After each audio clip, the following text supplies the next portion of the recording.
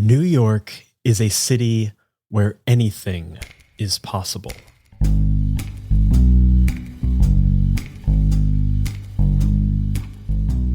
Where things thought living may really be dead, and people long dead may yet draw breath. But those infinite possibilities always come with a cost. Be it pain or sadness, uncertainty or fear, that bill will always come due. But that doesn't mean you can't run from it. At least for a little while. A good party in New York City is a salve that can dampen almost any trouble. But those troubles are catching up with all of you very quickly. But if we can't get ahead, then we're better off dead. So why don't we paint the town red? So why don't you paint the town red, honey? So why don't we paint the town red? Oh.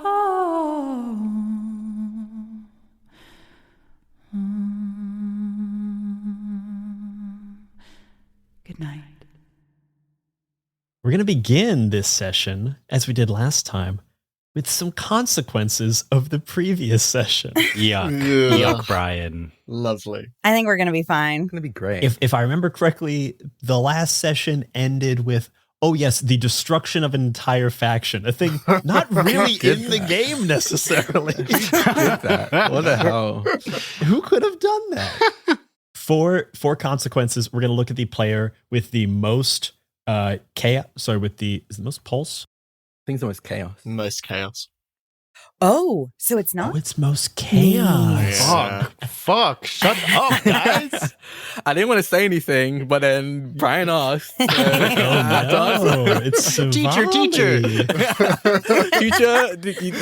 you had a homework due today, right? It is the highest chaos. I was going to be looking at Minnie, but actually I've got to look at Sivali. Mm-hmm. That's fucked up. Sivali, you have 11 chaos. For every 2 chaos, there is one of a number of consequences that could happen. The last couple times we've done this, we've rolled for it. Because this is a bit of a different circumstance in that one of the factions has been wiped from the map, I'm going to make this really simple. Sivali, you wake up after a long night. You had a long conversation with Minnie, and Minnie revealed to you some hard truths about your state that maybe some other people have tried to relay to you, and maybe that you should have believed at this point after being a couple hundred, if not thousands of years old. I just use lotion. What are you talking about? Just use lotion. That's the trick. That's all. You wake up and consider this long conversation you had. What is Sivali thinking as the day begins to break and you have to cope with the fact that Minnie has revealed to you that you are undead? It's been how many days? 2? I think it's been, this is like kind of over the weekend. Sivali, I think the first day was like, you guys are punking me. This is just a joke. Just jerks, stupid idiots. And I think now is just like slowly settling in of like, all right, fine. If I'm a vampire, then that means like I want to do vampire things like drink blood and stuff. And I think it's like now like trying all of the vampire things slowly and steadily and being like, what the fuck? You're trying out all the vampire things. I think you find yourself at you go to like various bars and you try port a bunch of different places and it keeps not tasting good. And I think you're slowly piecing together like, wait a minute, was that port? You try, what's another undead type thing you try?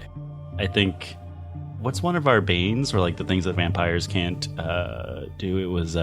It's drowning, breaking the skin with a pig bone, and of course setting your shadow on fire, which... Cool. I think you've also been reckoning with the fact that you do not have a shadow.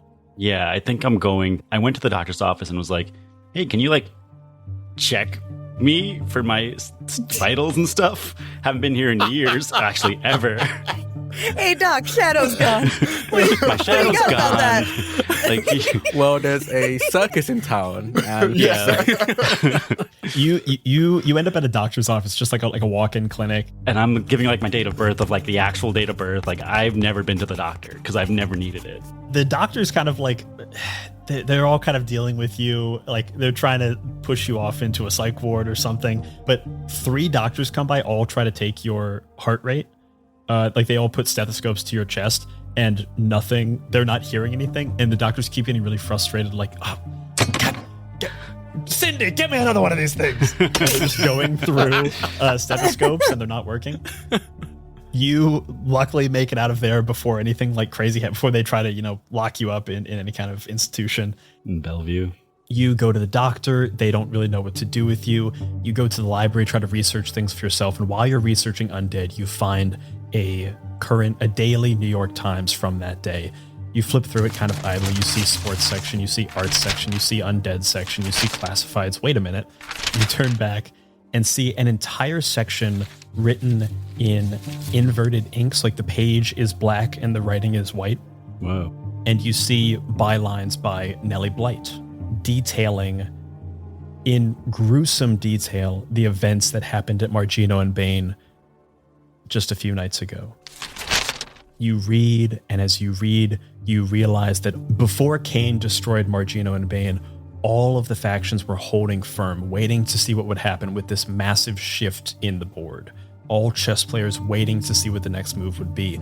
Now, with an entire player off the board, everyone is making their move at once, and New York has gone from scary to incredibly dangerous.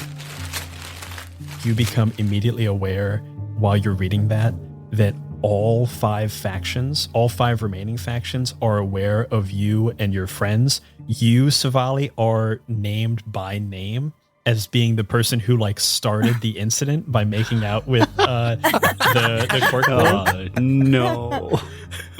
You are described by name. Fitzroy is described a little bit. Minnie is mentioned as a absurd figure. Like Minnie, you're portrayed very Sick. poorly by this person. Perfect.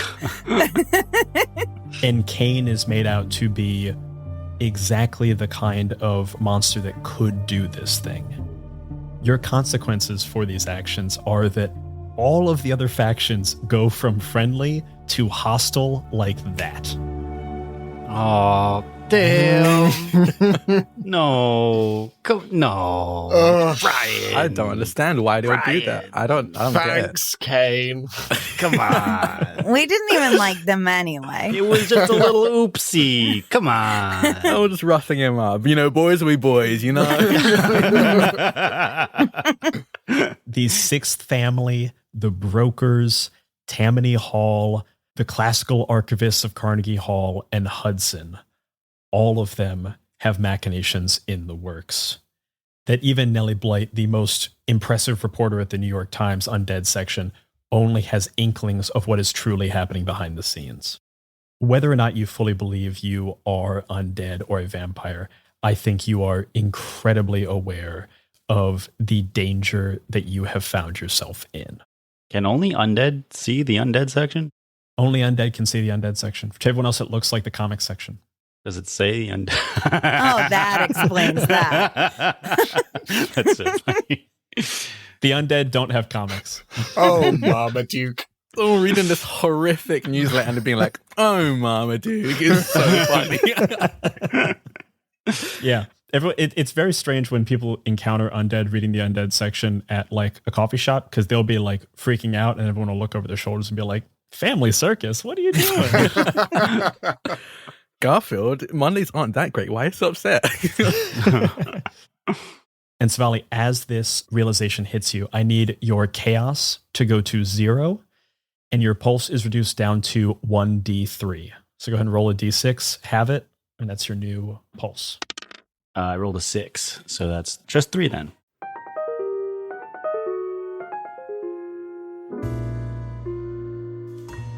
As we move into the next phase of this game, it's all happening tonight. You guys spend the weekend lying a bit low, finding information, seeing how the world has changed with this sudden shift, not only for the undead community with this elimination of a faction, but also for New York at large after 2 of the worst days of trading in the stock market. Everyone in the city is scared. The uncertainty makes the stench of this city awful, miserable. Misery is all around, but there are still parties for the undead.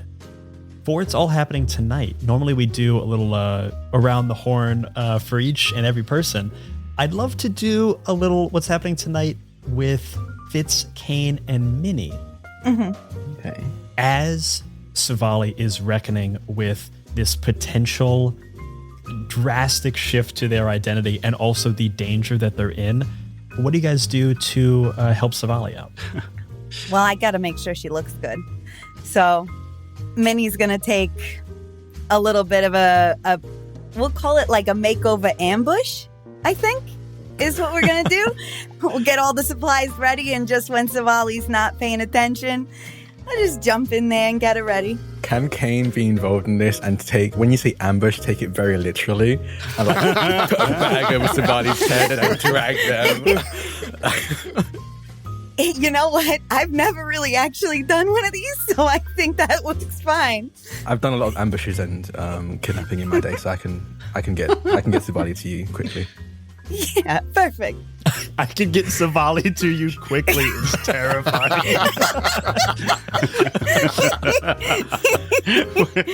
We're roommates.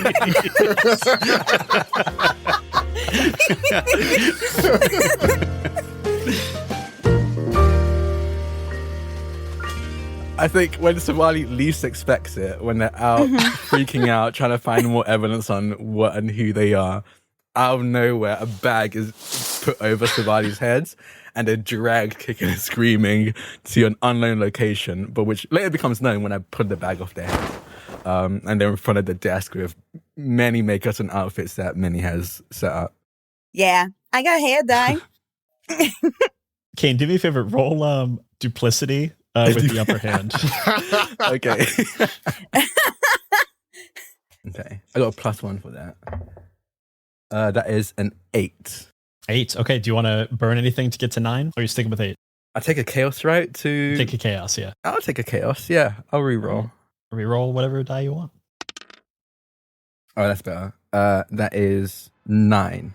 Yeah, 9 exactly. Sivali is walking out of the New York Public Library as you ambush them, put a bag over their head. Your chaos increased by sheer fact of the people. This is in the middle of the day. The people of New York freak out. As a priest with an eye patch just bags a woman and just carts her off. Who? Hello? Sivali, you exit out onto Fifth Avenue, immediately have a bag thrown over your head or pulled off to an unknown location. The bag is removed from your head and you see a mirror in front of you with your visage with like light bulbs all around, like a makeup mirror. Minnie, go ahead and roll an allure check for me. I'll say also with the upper hand. Thank you so much. That's going to be a 7. 7, okay. Do you want to... 7 is a failure unless you want to reroll. I would love to reroll. You can take 1 chaos for any die you reroll. Yes. Ooh, 12? 12 is good. Oh, yeah. Sivali, what kind of makeover do you find as Minnie starts to do your hair, do your makeup, dress you up in whatever fashion Minnie finds most desirable? And I'm deciding what that fashion is. Yeah, you can tell me what does Minnie do to Sivali in this makeover ambush? Minnie gives Sivali a mohawk. Yeah.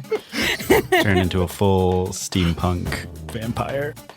Mm-hmm. You go from very, I don't know, demure to very mindful, very demure to, that's really going to date this. Very mindful, very demure to edgy in the course of like 5 minutes. How did you do that? I'm really good at this. I don't know. I just, I figure we got to try something big and new because this is a really big night. Tonight's a big night? Yeah. Are you guys giving me my shadow back? Is that what's happening? Oh, for sure. That's going to happen. So this was a joke. You guys are punking me. That's what it is. Okay. Haha. Very funny. We just got something special that we want to show you, and you just got to look really good, like real good for it. Would you? And you do. So you're gonna show me my okay. All right, yeah, totally. I'll go along. Ha ha ha. Show me something cool. All right. As the sun starts to set, the makeover takes a little while. The ambush and the kidnapping and the makeover. You end up going to like deep Brooklyn for the makeover, and then find yourself on a train coming back into. Why did Manhattan. we go to Brooklyn? You really went out of the You way guys- for like a really great abandoned warehouse. We all live together. You could have just asked me to come with you, Kane. Minnie said you were doing a makeup ambush, so I did the ambush part. Minnie did the makeup part. I know I got to choose my words more carefully, but it was still pretty fun. Fitzroy, as the group makes it back to Manhattan to the shared space you guys all live in, how does Fitzroy help Sivali in this moment? Fitzroy has been out walking. His usually wrinkled cream-coloured three-piece is remarkably well pressed. This is the smartest that he has looked in a very long time. But Sivali is going to need something else for her makeover. Fitzroy has gone to speak with Donna Strazio about Sivali's shadow. You find yourself down in Chinatown as this makeover is happening in Brooklyn.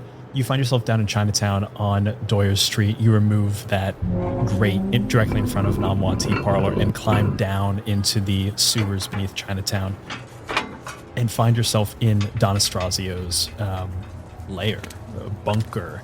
And you see her sitting as Kane had encountered her before, in a very plush, plump chair, very nice side tables, and table set out in front of her with tea and biscuits and things, and a number of strapping young men, very doting women who are all walking around with various states of scars and damage to their person, having been encountered in the War of the Five Mortal Families and having been grabbed and drafted into the Sixth Family in their undeath. All of them walking around without shadows. You see Donna Strazio look at you and give a small welcoming nod and just kind of point to a seat in front of her. Office hours are indeed open. Grab a seat. Would you like some tea? I'm all right for tea. Thank you very much. I've come to. You have something that belongs to a friend of mine, and I want it back. Yes, I do. I don't intend on giving anything back for free. I never do. And certainly not now with all of the things your friend has put into motion. Firstly, they get my accountant killed.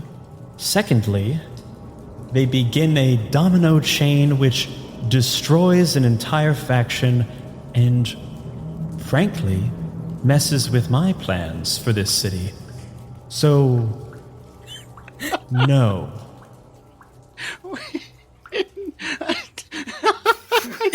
Sivali's the mastermind. Is it just all hitting you? Do people think I'm the mastermind? I just kissed him. This is so stupid. I'm the dumbest one. I didn't even know I was a vampire. Why am I in trouble?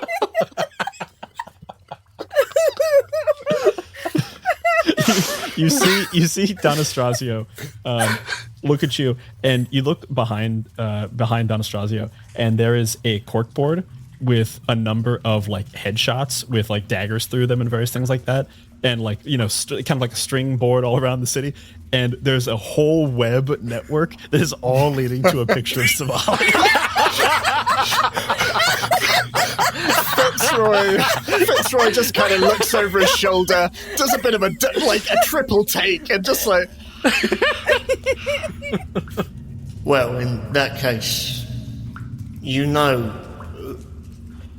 the nature of person that you are dealing with is someone who's not to be trifled with. So I would advise, look, and he shuffles forward a little bit. Are we on opposite sides of the desk? Yeah. Okay. He just sort of leans forward, and despite his, pressed suit, he still looks very thin, kind of like this mangy cat as he just leans forward. And I've already said that I will sort you out an accountant. And look, if anything, Kane's somewhat rash decision has created a vacuum, which I'm sure you can take full advantage of. But I would ask that you give me that shadow, please. I was so ready to make you roll duplicity against the odds, but I think I backed myself into a corner where I have to let you roll with the upper hand. I really accidentally gave it to you. Hell yeah. Get him, Ed. Get this stupid GM. That is a 10. Woo! 10 beats a 9. You see Donna Strazio, her eyes flick over to a room off to the side, and you had seen this room as you walked in, mostly because everything in this underground kind of bunker is very cozy. It's surprisingly quaint. Yeah, I mean, it's still a sewer. It's like there's some dingy aspects to it, but everything that could be made cozy looks nice. And there's a room off to the side that is noticeably dark. And not just dark, but inky blackness. And you recognize what it is when you see near the top of the room, there's a large bar. And on that bar are a number of coat hangers. And slung over the coat hangers are dozens, hundreds, maybe even thousands of shadows, all carefully labeled and collated and off to the side in a room. And you see that room has a slight stench to it, a stench of gasoline. And you see a small switch near the side of Donna Strazio's desk that you know is a trigger to light a spark and destroy every single one of these shadows, should she so choose.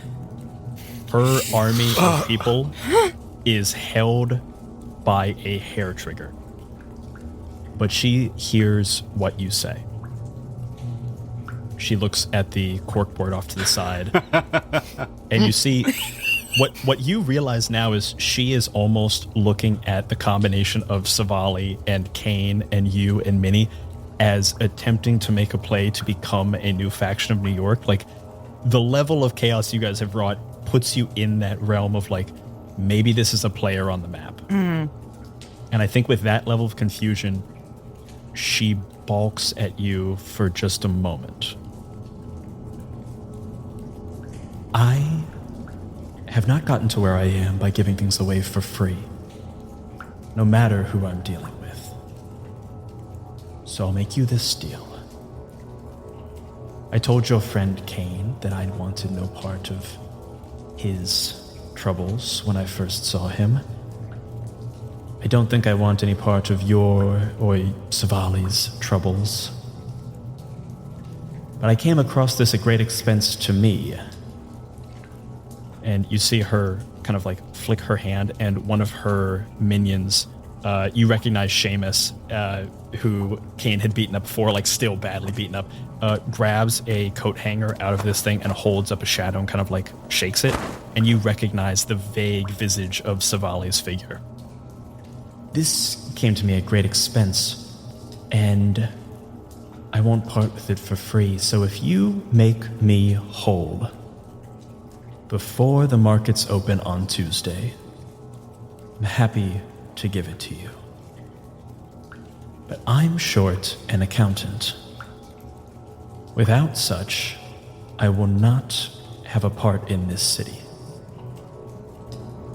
The movements of the brokers in Tammany Hall and Hudson are vast, and I need a piece of every bit of action, and if you can't find me a banker an accountant with access to the undead trading floor, I'll be cut out of some of this city, and that cannot happen. So, make me whole. Find me an accountant and deliver them to me, so long as they can access the undead floors on the stock exchange, and you can have this shadow.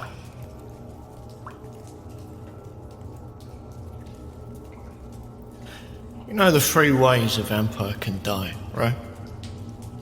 Drowning, setting shadows on fire.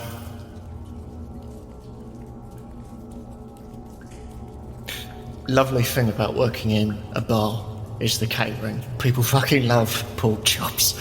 And he just very quickly reaches into his jacket and just brings out a pig bone and just rests it on her hand on the table. Oh, God. I'll get you your fucking accountant.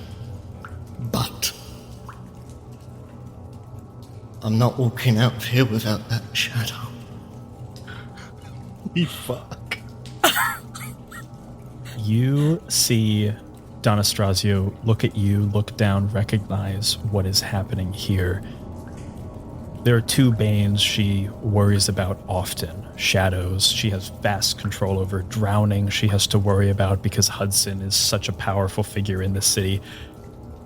The third bane of this world is splitting their flesh with a pig's bone, a strange one that rarely is ever attempted, and yet here you stand. You see her fist clench.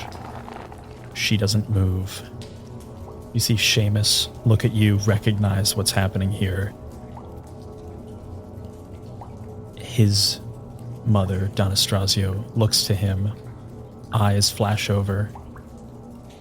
She gives a small twitch of a head, and he walks over and hands you the coat hook with Sivali's shadow. Thank you.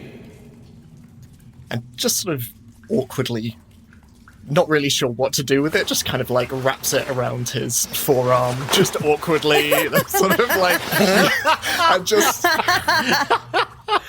You see Don Estrazio, do you pull the pig bone away now that you have it? It's still resting against her hand, still. You see Don Estrazio snaps her finger with her free hand, and Seamus quickly runs off and procures for you like a small shopping bag and hands it to you. Don't let anyone ever tell you I'm not polite. Fitz just looks at her and... How many people have you seen die? Out of interest. It's not a thing I care to count, really. I do. I've seen thousands.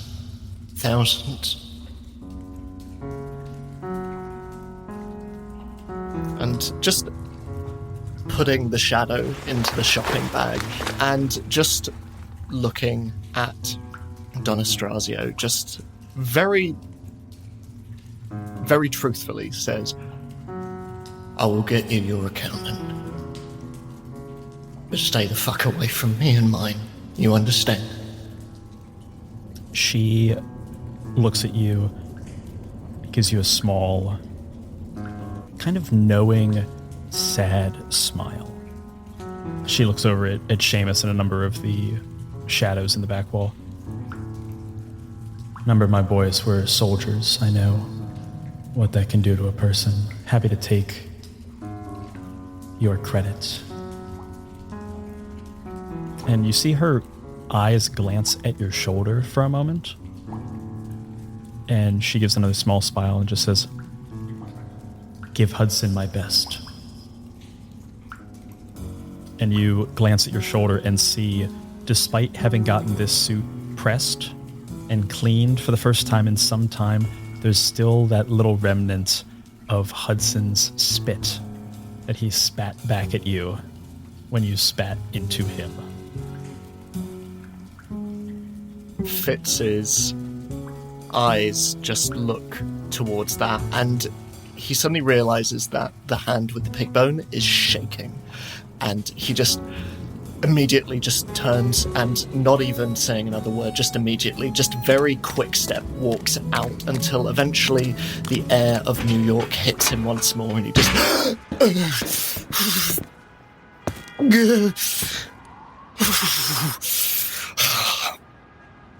just begins to just walk to where they agreed, shopping bag in hand. You walk through the hustle and bustle of Chinatown.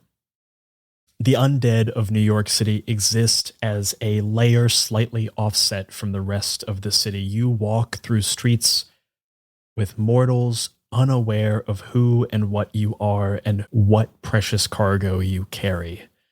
They see a shopping bag and a pig's bone, not realizing that those are weapons to be wielded. And you walk north as we move from It's All Happening Tonight to tonight. As we begin to paint the town red, Fitzroy, you arrive back to see Sivali made up, mohawked, and ready for a night out on the town. Where do you take everybody? All right, everyone. This way, walking to Harlem. Just follow me. You guys come out of St. Patrick's, hang right, and walk north. You walk for a long time. You guys probably should have taken the subway, but you're like, it's still brisk. Let's walk up. And you walk up through Central Park and up towards the top of the park and past it, past Morningside, to the 125th Street subway station.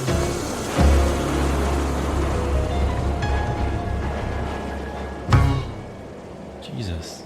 Wow, we walked a long way to get my shadow. Ha ha. Oh, yeah, speaking of, happy, and Fitzroy looks at Kane and Minnie, and, I mean, do we all want to say it? Yeah, well, we were just, we're all really proud of you for, For what? finally, understanding that you're, Undead. sure.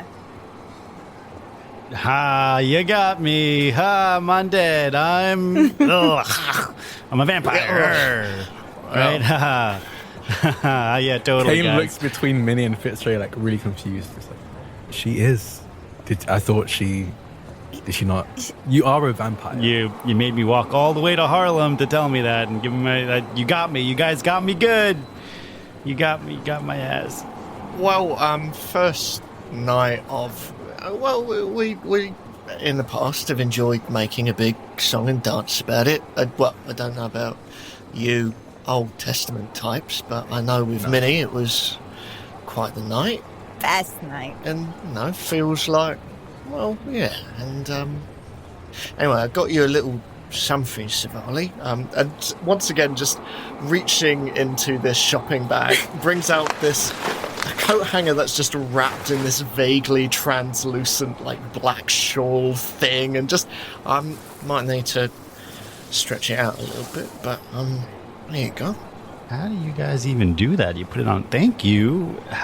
I think it reattaches me to me in the same way of it looks disgusting. My body is making a bunch of cracking weird contortions. It just looks like I'm being possessed by a demon.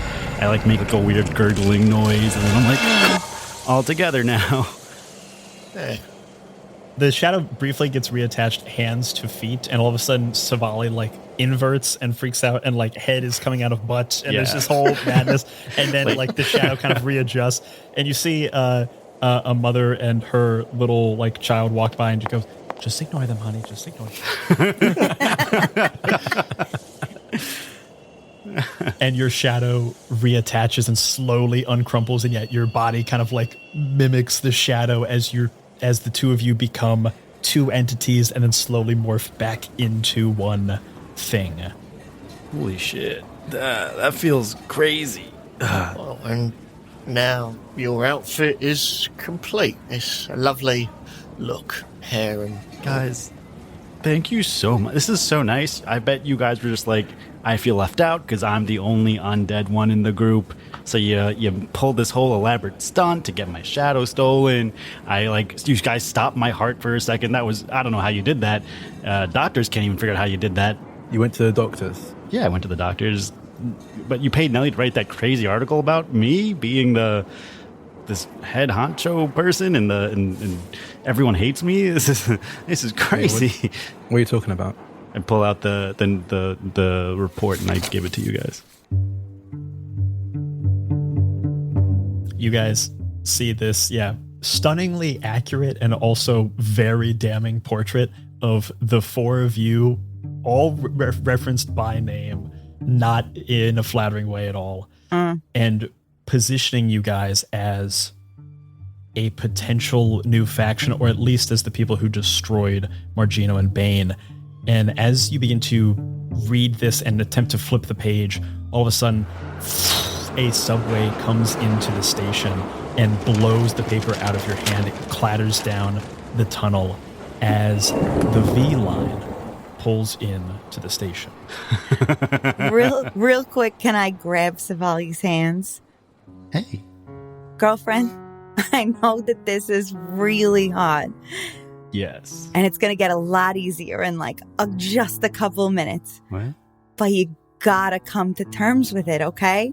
And I'm going to take her hand that I have in mine, and I'm going to kind of shove it up into Minnie's own neck. What are you doing? For her to feel the nothing that is not throbbing against my skin.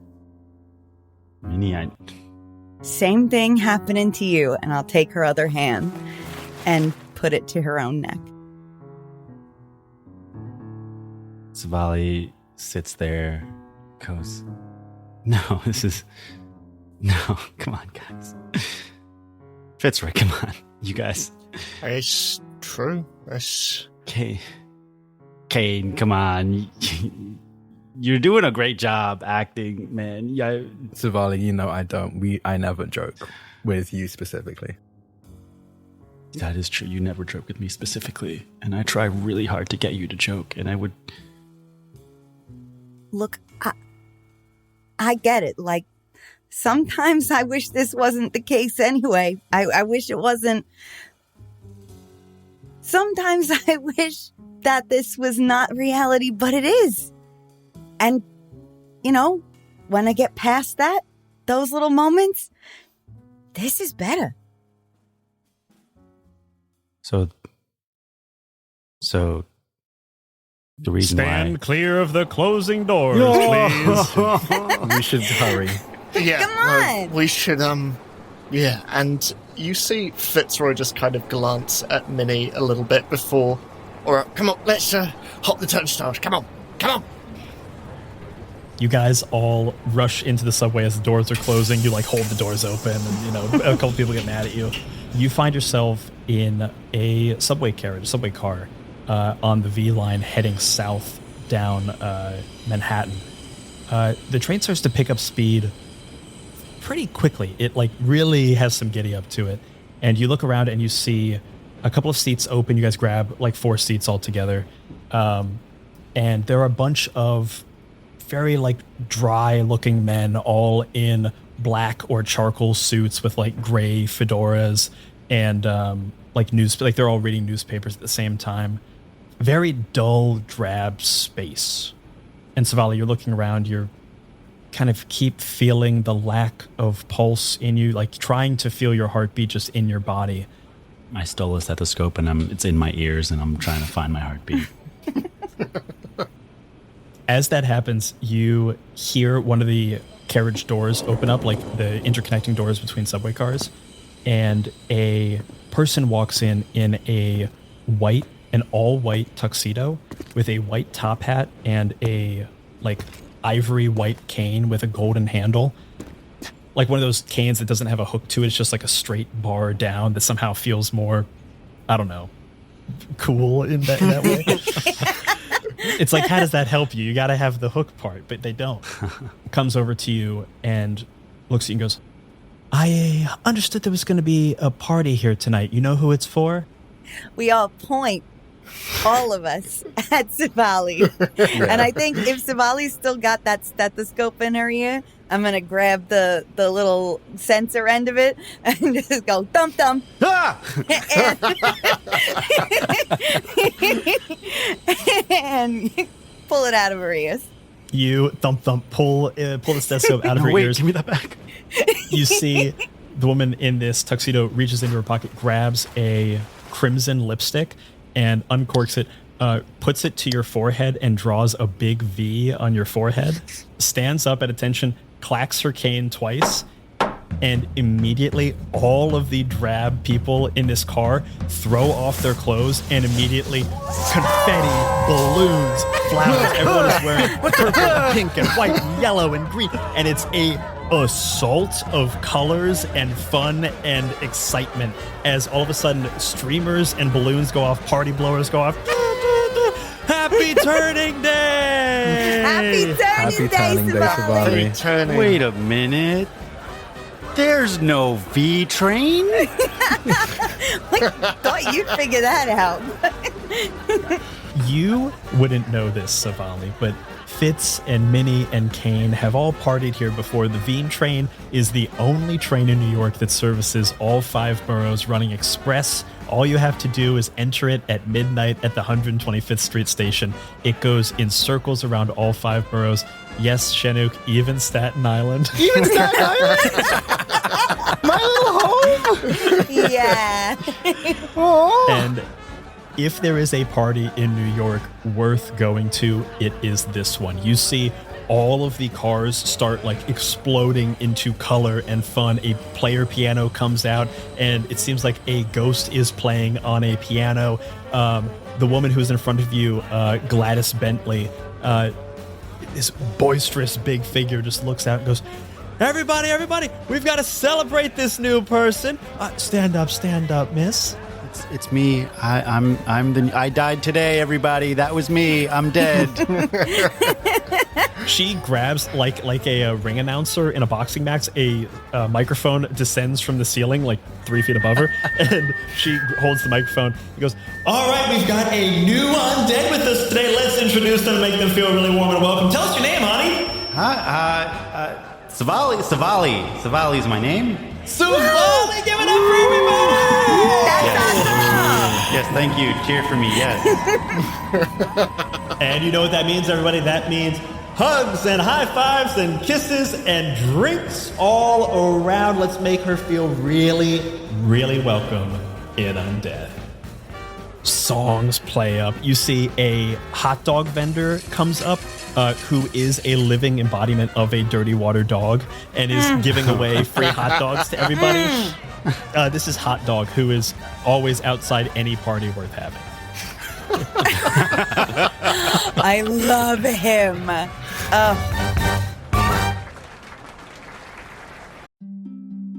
Midnight Muscadines is a cozy, dark tabletop role-playing game where light and shadow intertwine in a fractured world. Players take on the roles of marmoteers, brave adventurers who journey into the untamed wilderness to collect the elusive Midnight Muscadines, craft magical jams, and protect the fragile light of Nim. Through collaborative storytelling and resourceful gameplay, players weave tales of courage, community, and the pursuit of balance. Will you preserve the light, uncover the truths hidden in the shadows, or reshape the balance of the world forever? Midnight Muscadines is perfect for fans of Studio Ghibli and Sea of Stars who seek to capture the magic of exploration and the heartfelt adventure in a world where small heroes make a big impact. Play Midnight Muscadines as a traditional GM'd game, GMless, or even solo.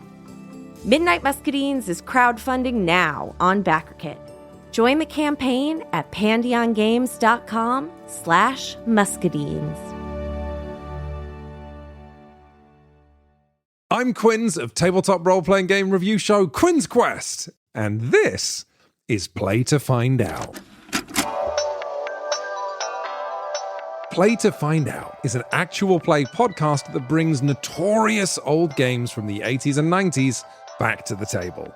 Each season of Play to Find Out, I'm joined by Emily Johnson and Rob Morgan. Good? Nervous? Yeah. You both looked at each other really concerned, like you think what's about to happen is going to be unpleasant. And frankly, I think that's rude. And together, we explore the TTRPGs of ages gone by.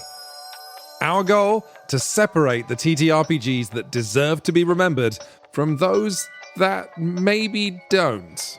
I don't know, Emily. It was the 80s. A lot of people were on cocaine. We blow the dust from decrepit systems to learn how they work. Your 100 on the encounter table bursts out. Right, you've encountered a fog. Get ready. Don't laugh. There's one get ready for a fog. Don't laugh. Encounter their unique quirks. I do finger guns to cover up how I wince. A weird thing happens as you do finger guns. Oh no. And I'm hoping that the Quinn's Quest community will join us in exploring these games too. If you this up, cannot describe to you how much your adventure ends here. Yeah, that's fair. Because the best way to learn is to play to find out. Play to Find Out is available now on the Quinn's Quest Patreon, but the first episode of each series streams for free on the Quinn's Quest YouTube channel and wherever you get your podcasts. Anyway, you failed the Earthtech roll, and you made jokes while I was doing my exposition, so you don't get to hear any more. Oh, no. Come on. I was shook as...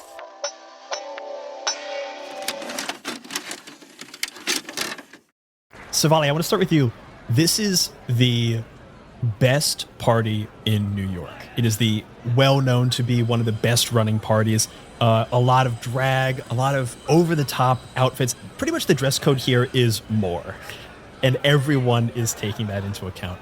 Tell me, what do you see here that excites Sivali? Like, I can see across like all the subway cars. You are being like led through the various cars by Gladys, who's like introducing you to a bunch of people, like really trying to make you feel welcome in this entirely undead space. It's really like taking you into a new space and being like, all right, and here's this person, like let's make sure you have a lot of friends. And it's like very gregarious and fun and knows everybody by name and every single story that they have. I think there's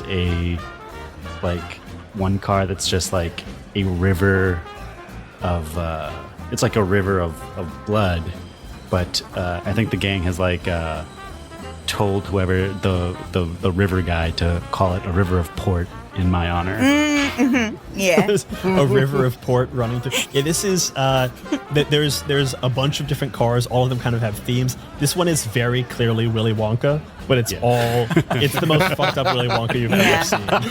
Yeah. The sign is just like duct taped over and has a port. Yeah. Yeah. Willy Wonka is scary as is, which is really funny. So like, Yeah. There's a part in the car that's just like the Gene Wilder movie version where they go into the tunnel and it's scary. It's just exactly that. It's Gene Wilder's there and it's just doing that scene. Gene Wilder's canonically undead. Is Gene Wilder a vampire? Yes. He is now. Yes. You see this river of port. Gladys grabs like a champagne goblet, just dips right into it, hands it to you, and goes, "What do you think about a little AB negative? Is that a blood type? Sure." I swirl it, smell it, let the tannin run? Settle. I don't know. And then I take a sip and I'm like, that's some good aged AB negative. How old was this? It's kind of a blend here. We don't really have single vintages here. We couldn't get enough out of one person, so we just it's a river, honey. Like I don't know what you want. You're right. I'm getting used to this vampire thing. I'm so sorry. It just died today, folks. Just died We'll today. get you a single malt. Don't you worry. And she continues like taking you all around this space. I just want to hear one thing from everybody. Let's expand the space. What else is in here that is magnificent? Fitz, why don't you tell me what's something in here that you see that is right up Fitz's alley? Honestly, the piano. There's a strange nostalgia that comes with it. And despite the ostentatious, like the river, the feathers, the sequins, the colours, it is just this piano that appears to be playing itself with its ghostly instrumentalist, but more even than this, cutting through everything. It's Minnie. Minnie, what are you doing in this space, having Fitz's eyes on you, whether or not you recognize it? Minnie is having the time of her life, just soaking things up, and is totally unaware that she's being witnessed in this. But right now she's watching, there are these dancers doing tricks on the poles that go in between like the center line of all the cars. And they are just magnificent. And so Minnie's got like herself, she's leaning over one of the seats and like trying to get people to watch them, and is totally enamored, drinking every drink that goes by, like just chatting with every person that goes by, and like trying to make sure Sivali is having fun. And like every time Sivali walks by is just like making sure there's a drink in her hand, and making sure she's seen everything, and just soaking this up. This is the best part.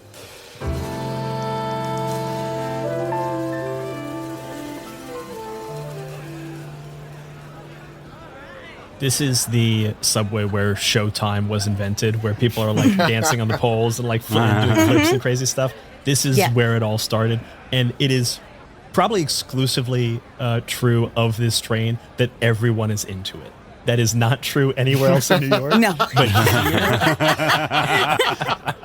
But here, every single person doing flips and tricks and dancing on the poles of the V line has found their people, and they're all fucking great at it. Yeah. And Kane, what's something in here that Kane is enamored with, is really falling in love with? I think I would describe what's in here, but I think because of fairly obvious reasons, Kane's a bit too distracted to be enamored. But I think there's this fully an orgy cart. There's a cart that's just orgies. Oh yeah, 100%. Oh yeah, the orgy cart. And that's for a moment he thinks back to Sodom and Gomorrah, the good old days, the good, like one of the best places, the auto team as well. But I think almost immediately, he catches his reflection in the window. He wears his eye patch. It's a customized eye patch that allows the flower that's growing out of his eye to seem more like a decoration of the eye patch rather than like actively growing out of his eye. And when he sees the reflection, he sees that the petals have turned black ever since that day when he wiped out affection and realized the existence, the fact that his brother is still alive. And I think that's he's just kind of lost in thought, kind of staring out in the blackened window at the reflection, thinking about him and what they should do about it, and if the feelings they feel right now, if they should follow those instincts, those urges. You look into the orgy cart, and I think you have a bit of a hipster moment where like, that's not, I've seen orgies. It's like, that's cute, but That's real cute. You see Sivali and they're just watching. Just watching. Yes. Hey, sometimes I mean, watching he's is like- enough. Shoving you. No. Wanna No. I really like Kane being able to literally say like, I was doing orgies before they were cool. I actually invented orgies. So, you know, I saw them when it was like still on bootleg, man. Yeah. Before they sold out, before they went all corporate. You see Sivali watching the orgy and all these people just like having fun and being free and being themselves. And this is a car of people that there are many undead spaces where people are very free, but this is one where it feels almost sacred in a way that you recognize being around churches, whether or not you believe in it, you know that some people feel that way about it, that space. This has a similar feeling. It's debaucherous and it's over the top and it's fun, but it's sacred. It's safe. It's a space to be occupied by these people. And Sivali's introduction to it is a joy. It is exciting for everyone else there to induct someone into this space and allow them into it. And there's a good feeling in that for everybody. I think even through the darkness that you're feeling, you feel a little twinge of that. And as you're looking through this just like writhing sea of bodies, you see your reflection in the black mirror of a window. And as the subway car goes through a tunnel, a number of lights inside the tunnel illuminate things. You get kind of like a strobe light effect. And through the bodies, you see a picture off on the far side of the car. A poster that has been hung up where you can advertise on the subway. And it just says, "For NYC mayor, no one else is able."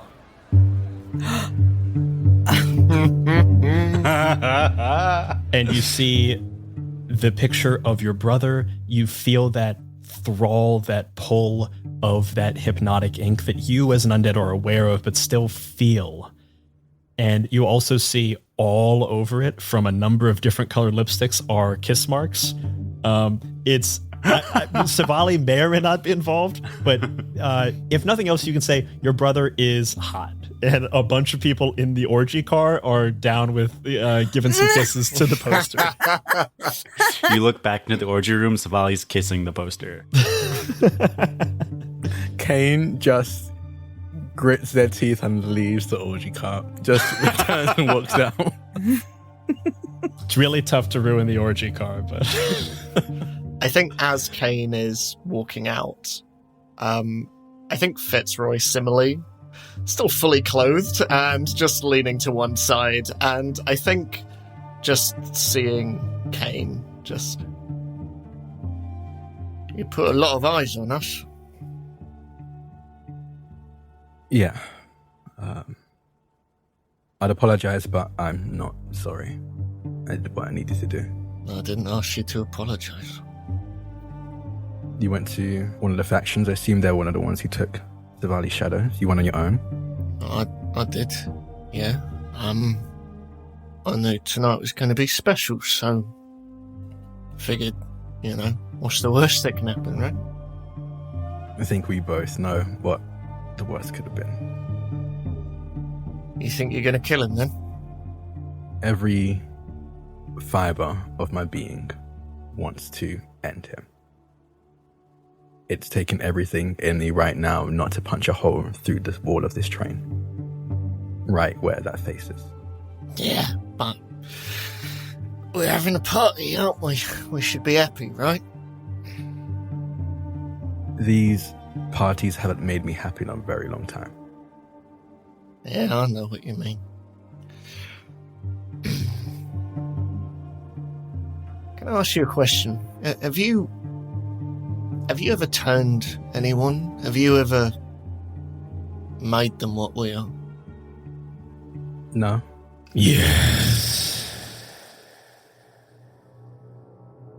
Fitzroy, you hear a grumbling that starts from your shoulder and emanates from the blood river and emanates from every bit of water in this space. It echoes everybody. Everybody ceases their movements, their joviality, as the word yes echoes. What? Oh no. Oh no. Whoa. Is that God? I sure hope not. I think Fitz immediately just almost suddenly that hand shaking once more just immediately just takes the jacket off instinctively and just chucks it as far to the other side of the carriage as he possibly can, just sort of really pressing himself back up like a cat scared. You chuck your coat to the far side of the carriage and it flies directly into the hand of a person. The person grabs it, lowers it down, and Kane, you are face to face with your brother. Oh shit. From Abel's eyes, there are tears running that no human body could possibly produce this much liquid. You see a moisture coming through this very fine three-piece suit. You see a beautiful face moistened and blackened a bit by the Hudson River. Not moistened. I just take a point of damage, just emotional damage, I think, just doing this. Yeah. We all take emotional damage. You see your brother look at you, eyes familiar yet a little bit unfamiliar, and you hear his voice, long almost forgotten. You'd forgotten your brother's voice. All you had remembered was the sound of a crushing skull. That was all you got to keep of him. You hear the voice and immediately remember it, and that voice is tinged as well with Hudson. That gurgling, deep, You don't think your actions have consequences? I knew the consequences of my actions, or I thought I... You thought? Wrong. You thought you killed me? No, you killed me, and you created me. you flash back to the moment where you smashed a rock into your brother's head. Your brother fell where he stood and tumbled into a body of water, clean and crystal shimmering. The first blood to stain a body of water, the first bit of pollution in a body of water was tinged with the first murder in the history of this world. You see it in a bit of your memory that the water itself almost reacted. You were hearing that sound of the crushing skull over and over. How could you have possibly seen this little twinge of something that was so pure, forever contaminated with your rage and your hate and your brother's blood? You think your actions only affect those you touch. No. So much more they ripple. If anyone knows about that, it's certainly me. And you must remember that water always wins. It is patient. It is slow. And it is never ending. You feel your feet begin to get wet as everyone in the car realizes, as this train is barreling through Brooklyn, the tunnel it is in is beginning to flood.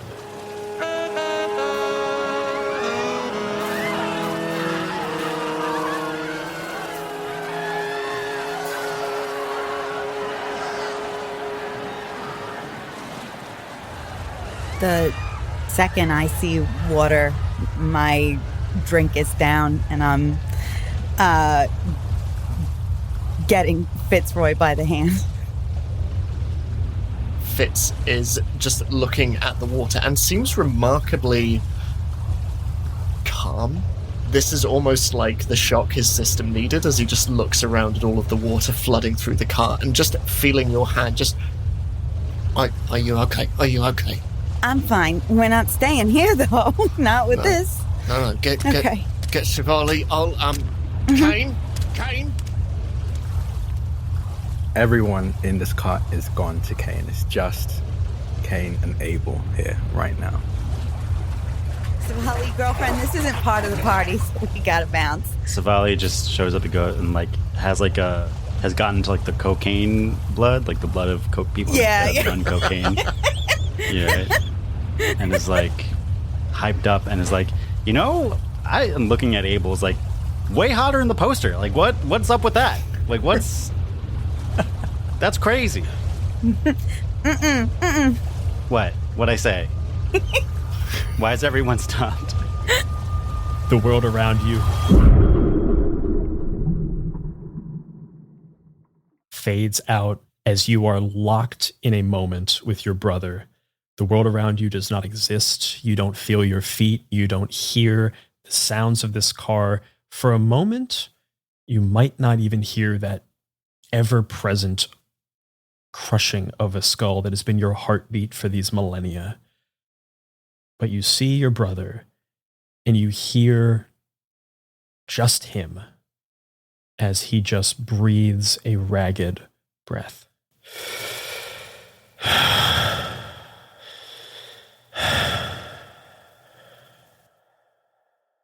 Why?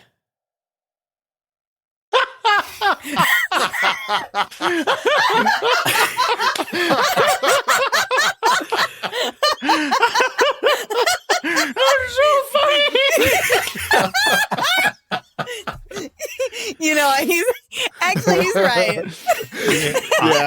Yeah. Drac, you gots to explain. Yeah, I'm with Abel on this one, actually. Let me Please defend the villain of the solve this Bible. religious debate right here, right now. Everyone is wondering. Oh my god, okay. Hold on, I need to get in a serious headspace.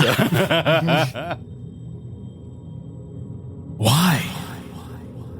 Just why?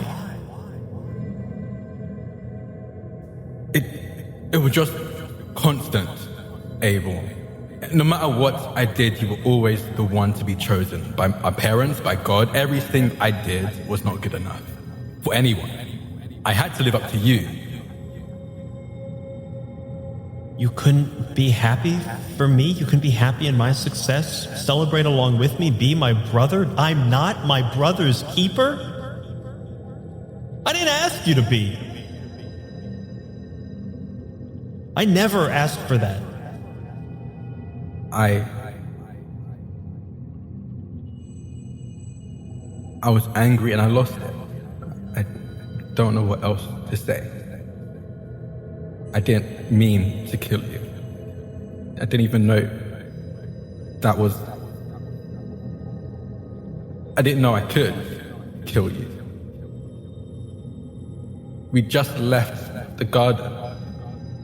Death wasn't a thing. You feel the water around your ankles, like just a little bit of reality creeping into this moment outside of time.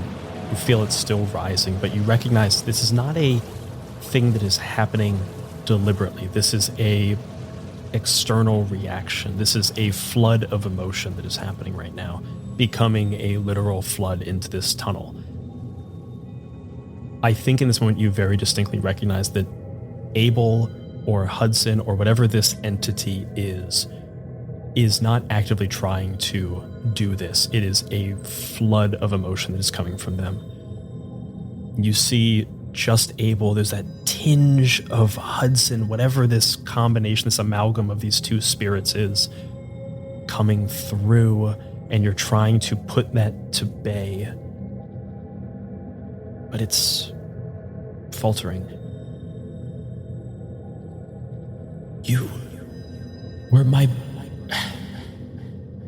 we were brothers. That meant something. That still means so much. It could have meant everything. We could have defined it together. We could have made the world anything we wanted to be. Instead, you made us this. You made yourself this. You made me this. I never asked you to be anything else. I hoped you wouldn't ask me to be anything else, and instead you chose for the both of us. I do regret it. Okay? I regret lashing out like that. I wish I'd known what would happen if I lashed out like that. I haven't stopped hearing the sound since that day. I thought it was divine punishment. Maybe it is, but I haven't stopped thinking about it. I couldn't even drown it out. I have so many screams in my head of every single person I've killed in the hopes that it will drown it out, but it never does. I want you to go ahead and make a check for me. I'm going to say you're going to be rolling against the odds, in truly the most against the odds that could possibly exist in this game. Tell me, what are you rolling with here? What am I trying to do? Is this like convincing? Like, what's this check for? I mean, I think this is kind of convincing him that you are true at getting through to him, whether that is through the passion of your words, which is maybe savagery, maybe through the honey of your lips, which is maybe allure, maybe through giving him what he wants to hear, whether or not you believe it, maybe duplicity. Is the space we're in right now, is this almost like mental, I guess for lack of a better term, mind palace? Can I would like to show my thoughts, like share what I've been hearing, what I remember with Abel. Sure. Go ahead and take 5 chaos. Yeah. And I guess I will roll. I think I'll roll savagery as I open up and fill this space with the thousands upon thousands upon thousands of screams of Cain's victims, and then the sound of the crushing of a skull that even drowns that out, no matter how much more is added to it.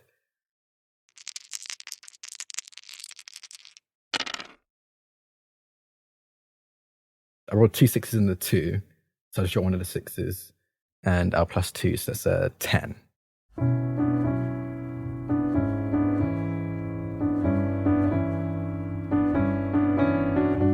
You fill this void out of time, out of space. You, for a moment, glance around and recognize this space exists. It's not a mental space. This isn't a cute narrative device. This is a moment that is existing out of time. You feel a twinge of the divine around it. Maybe a chance for reconciliation, maybe a chance for understanding, maybe a chance for Old Testament revenge. You fill this space with your life. All of these screams that you use to try to drown out the one mistake, the one true mistake of your life. And you see Abel feel every last bit of that. Cain, I guess I just want to know, are you truly sorry? Do you truly regret your action, or deep down, did you always really want that? I think deep down, and he's only just coming to admit it, but deep down, it was his greatest regret, and he's always considered it that. But that's what he was. He was a living mistake and just chose to accept it. But I think seeing the victim of his mistake in front of him, he can't pretend like he's okay with what he did and what he's been through since then. He truly is sorry for killing his brother. You see the face of Abel begin to tense and tighten as he hears all of the cacophonous screams and just a life lived with this knowledge that you are forsaken by everyone, including the divine. He feels the weight of that penance that you have made, and you see his eyes close and open again with tears running down them, not of Hudson, but of his own making. You see a twinge of blood red in those tears, a bit of pain, as these are the deepest and most painful tears he could possibly shed. He is choosing in this moment to let it go.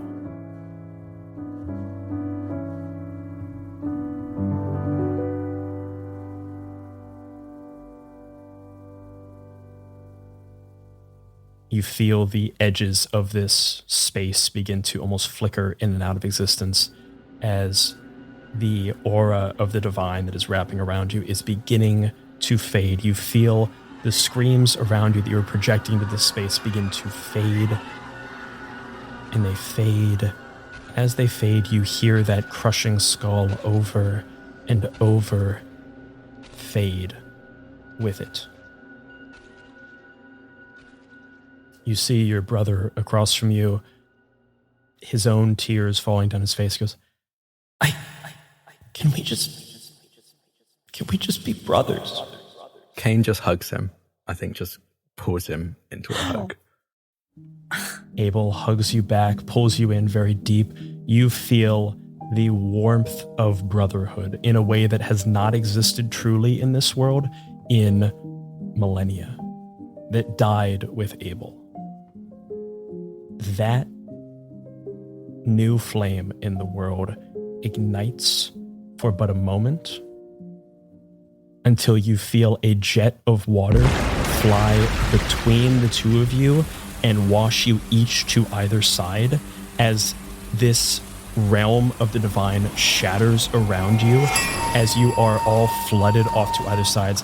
Abel is wrapped up in a whirlpool of dirty Hudson water and is beginning to be pulled back through various train cars as a face of a water elemental of the Hudson River, this true dirty pollution element, comes directly up to you. Well, I will never forgive you. And it begins to envelop you and fill the car. Your brother is pulled out into the distance in this cocoon of water. The light that was between the two of you is extinguished, at least for now. That small bit of heat, that small bit of light coming into New York City, gone. Maybe never to be rekindled, because you had to apologize to two people, Abel and Hudson.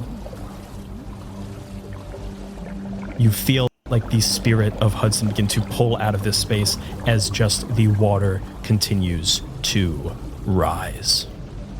I would like to...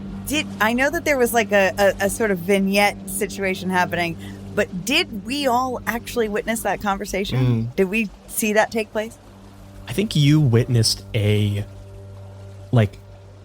aura around these two. This was a moment that was left between the two of them.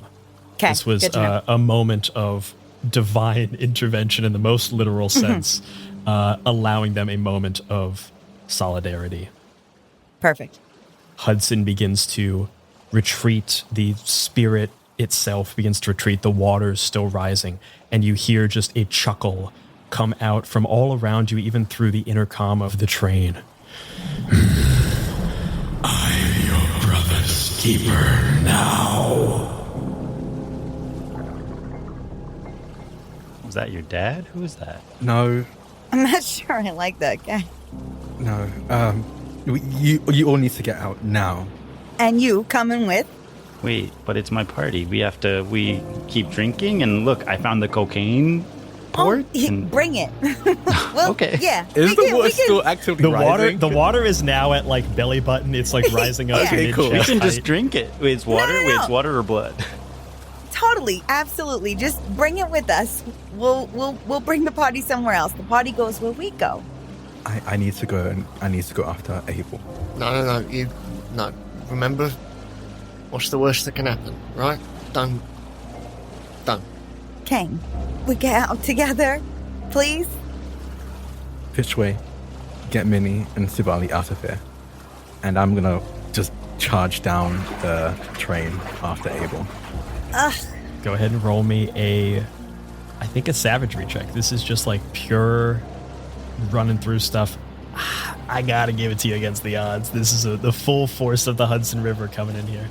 I am gonna use one pulse and activate my power of undeath in human strength to give myself the upper hand, which just cancels out at the end. Oh, excellent. Okay. So you, with the upper hand against the odds, cancels out. You're just rolling 2d6 straight. You gotta beat 9. So it's a 12. Whew. You barrel through this water and then deep breath, swan dive into this and exit the car into just tunnel. You were not paying attention to where you were at in the city. You're pretty sure you're somewhere in Queens right now, but you have no idea where you are between stations. You have no idea how much time there is with still air left in this tunnel. But you go. You commit to this line of action. I need a decision now from Fitz, Minnie, and Sivali. Are any of you following, or are you going to escape? This is the only time you can choose to follow or escape.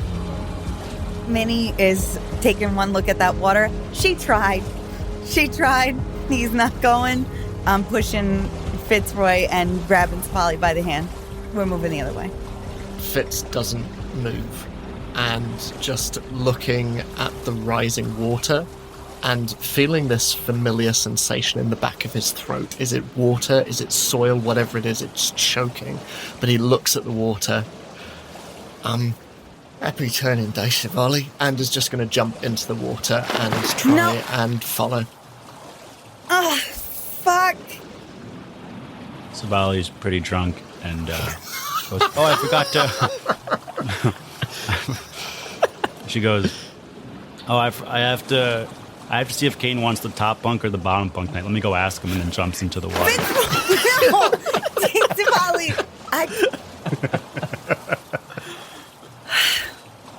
Fine. I'm walking. I'm not diving into anything.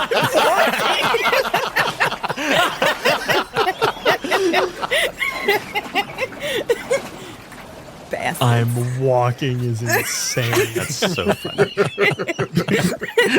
I love the image of Minnie just standing there. Yeah, Minnie, everyone else, Kane, this magnificent epic dive in. As Kane dives, their body almost seems to get like bigger and bulkier, and these massive arms and legs. They're beginning to swim towards the one thing that they care about, barreling through this tunnel in Hudson River water. Fitz immediately dives after them, feeling compelled to go after Kane and Hudson and Abel, and is going through this suit is getting soaked, but it kind of fits. Like Fitz always kind of has this slightly drowned look and almost looks in his element for a moment. Sivali looks after and just goes, fuck it, and follows after. Surprisingly, Sivali, pretty good swimmer, doing a lot of backstroke, where everyone else is doing. But I guess, in this thing, as, the water level is rising, the backstroke's probably good, you're getting more air. Minnie just trudges, crosses her arms, stomps one foot, and then trudges out of the back of this as the water level is rising and rising. I had meant to say that when the party had started, Minnie took off her regular dress to reveal a tinier dress. So she's very aerodynamic right now. Yes. Extremely aerodynamic. Yeah. You're essentially wearing a modern day one-piece swimsuit. Yeah. There's a little bit of a flare at the end, but not much. Sivali's mohawk is ruined, by the way. Damn it. Sivali's mohawk is ruined. You guys begin to barrel through this tunnel.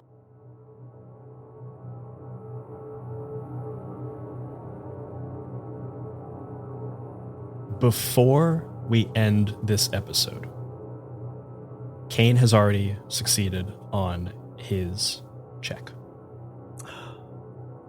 I am going to need each of you to roll a similar check. You can choose Savagery, allure, duplicity. You just got to tell me how you're doing it. All of you will roll against the odds as you are fighting the might of the Hudson River to try to make it upstream in a flooding subway tunnel with no knowledge of where the next station is to rescue Abel. Fitz, since you dove in first, what kind of check are you making? I think an allure check.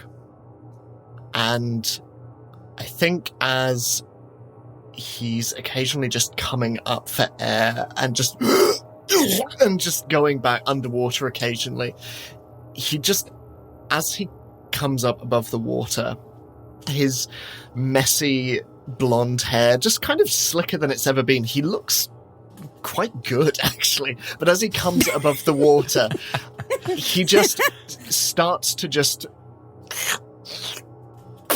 spit into the water and just like, all right, come on, show me where you're fucking going. Go ahead and roll your check, and I'll tell you what Hudson says. That's a 9 exactly. You begin swimming. You spit into this dirty Hudson River water. You see like trash is floating by. You see blood from the blood river has begun seeping into this area. You spit into it, and you hear Hudson echo back from around this tunnel. Don't tease me like that. As he says that, you see a small bead of like the spirit entity of this water, and you begin to follow that. So you have a little bit of a clearer idea of where you need to go and how fast and things. And you beat feet to try to keep up with this thing. Sivali, you dove in next. What kind of check do you want to make? I think Sivali's drunk, so she's probably going to do an allure check because that's her worst stat. And can I roll with... What's the disadvantage one? Not against the odds? Oh, against you're the definitely odds. rolling with against the odds. Against the odds. Okay, cool. Fuck. I rolled a 4, 6, and a 5. So get rid of the 6, and you still got 4, 5. That's 9. Yeah. It still passed, drunkenly. How do you use allure to begin to chase Hudson down this tunnel? After I hear the whole, like, spitting, don't tease me bit, I'm like, there's an orgy happening. I got to see this orgy. And I'm just chasing those sweet, sweet orgy vibes. Sweet orgy vibes. Sivali, having fully missed the implications of this divine cocoon that Cain and Abel were put in, and even missed like the initial revelation that Abel was on the train. Yeah. Is just following the party, fully believing this to be still the good time, as like Gladys is trying to get everyone back. Like, no, guys, this way, there's a station right over here. You begin to pump through this tunnel, looking for the continuation of this party. I think Sivali even missed that Cain and Abel are brothers. Still just unaware. Really everything. Yes, the leader of the new 6th faction of New York City. You continue swimming down this tunnel as it slowly fills with more Hudson River water. Minnie, you stomp and are a little bit upset about it, but you eventually stomp out of the back of the subway car and walk into the tunnel. What kind of check are you making? Minnie's pissed. Minnie's so pissed. Minnie's so mad that we finally got Sivali to accept what's happening. This was supposed to be a nice celebration. Cain's got bullshit. I get it. We've all got bullshit. Fitzroy's not dying over anybody's bullshit. And Minnie is just like a pure ball of rage as she walks through. And so she's going to roll a savagery.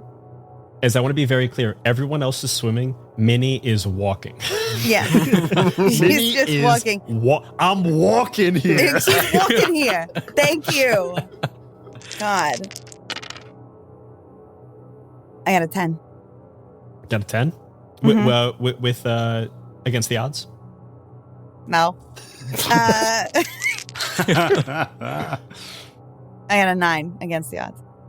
Still ties a 9, so you're still good.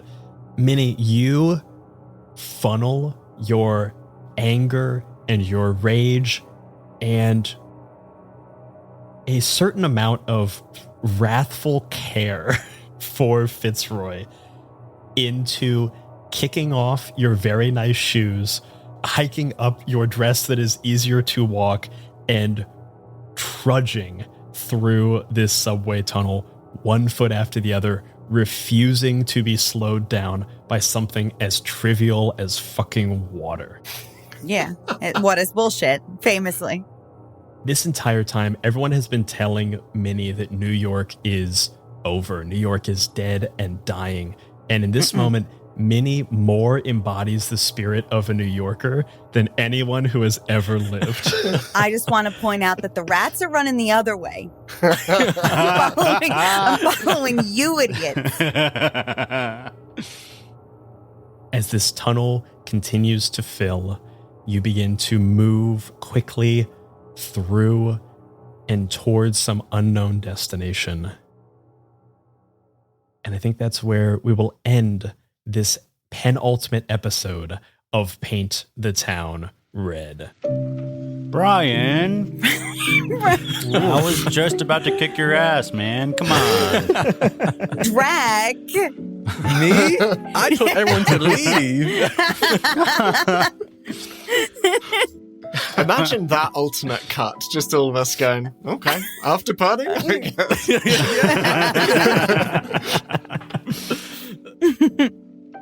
We will see how this particular party ends in the finale of my first dungeon, Paint the Town Red. Till then, everybody. Bye-bye. Bye. Bye. Bye. I'm a vampire. No! Sivali's been saying they're a vampire this whole time in the outro.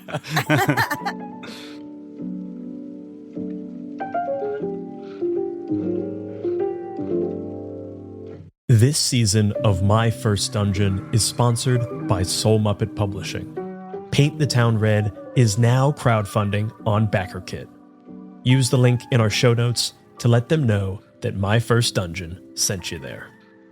My First Dungeon presents Paint the Town Red features the voice talents of Brian Flaherty, Super Dylan, Chinook Tessera, Draconics, and Edward Spence.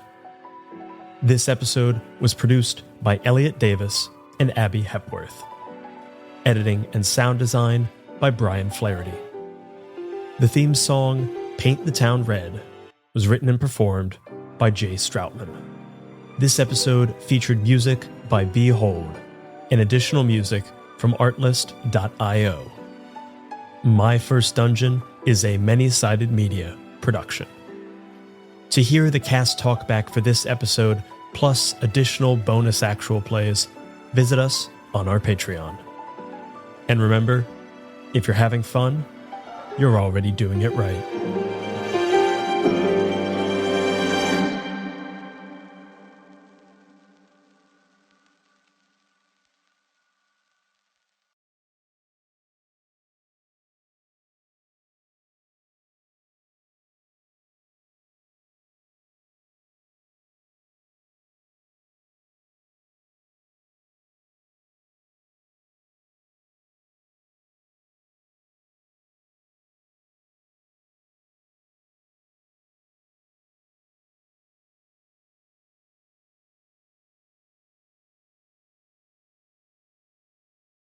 You like us. You really like us.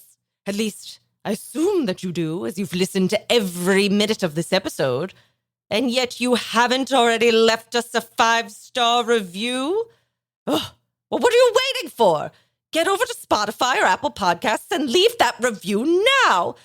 It's always wonderful to hear words from our adoring fans. Getting more ratings helps people find the show and love it as well. And we love to hear your nice words. So head over to Spotify and Apple Podcasts and leave us that 5-star review. Ta-ta!